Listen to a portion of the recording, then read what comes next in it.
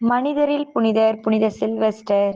ரோமையில் வாழ்ந்த ருஃபினோஸ் மற்றும் ஜாஸ்தா தம்பதியினருக்கு பிறந்தவர் சில்வெஸ்டர்.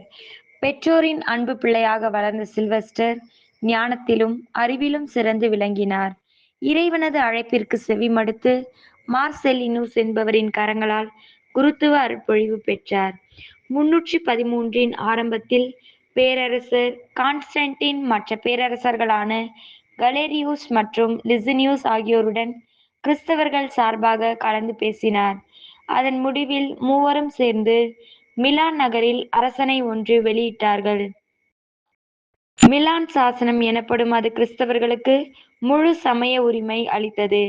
தங்களது சமயத்தை பின்பற்றவும் ஆலயங்களை எழுப்பவும் சுதந்திரம் கொடுத்தது. குருக்கள் துறவிகள் வரி செலுத்த தேவையில்லை. ஞாயிற்றுக்கிழமை பொது விடுமுறை என சலுகை கிடைத்தது. சிலுவையில் அறைந்து குற்றவாளிகள் கொல்லப்படுவது நிறுத்தப்பட்டது. அப்போது மில்சியாடிஸ் திருத்தந்தையாக இருந்தார். மில்சியாடிஸ் இறந்ததும் புதிய திருத்தந்தையாக 314 ஜனவரி 31 அன்று சில்வெஸ்டர் தேர்ந்தெடுக்கப்பட்டார். அமைதியான காலகட்டம் என்பதால் ரோமை திருச்சபை மறுசீரமைத்தார். ரோமை மறைசாட்சிகள் குறித்த முதல் நூலை தமது ஆட்சி காலத்தில் தயார் செய்தார்.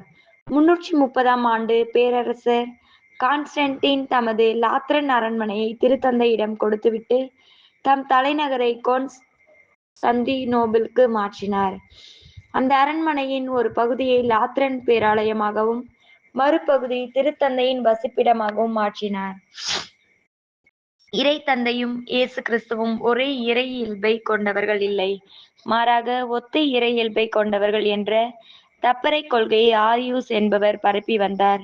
இதை கண்டிப்பதற்காக 325ஆம் ஆண்டு நிசேயா நகரில் பொது சங்கம் ஒன்றை சில்வெஸ்டர் கூட்டினார். எருசலேம் சங்கத்திற்கு பிறகு கூட்டப்பட்ட முதல் பொது சங்கம் இதுதான். இதனை பேரரசர் கான்ஸ்டான்டின் ஒருங்கிணைத்தார். 325ஆம் ஆண்டு ஜூன் 16 முதல் ஆகஸ்ட் 25 வரை நடைபெற்ற இக்கூட்டத்தில் 320 ஆயர்கள் பங்கேற்றார்கள். அக்கூட்டத்திற்கு கோர்டோபா மறைமாவட்ட ஆயர் தலைமை தாங்கினார். திருத்தந்தையின் பிரதிநிதிகளாக வித்தூஸ் மற்றும் வின்சென்டியூஸ் இருவரும் பங்கெடுத்தார்கள். இச்சங்கம் இயேசு மெய்யாங்கடவுளினின்று மெய்யாங்கடவுளாக செனித்தவர், உண்டாக்கப்பட்டவர் அல்ல, தந்தையோடும் ஒரே பொருளானவர் என்று அறிக்கையிட்டது.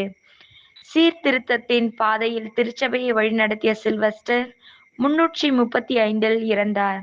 பிரிசில்லா சுரங்க கல்லறை மீது தாம் கட்டிய கோவில் நல்லடக்கம் செய்யப்பட்டார். வேலை செய்வதற்கான இதமான சூழல் எப்போதாவது அமைகிறது, பயன்படுத்திக் கொண்டால் வாழ்வு மலர்கிறது. புனித சில்வெஸ்டரே, எங்களுக்காக ஜெபியுங்கள்.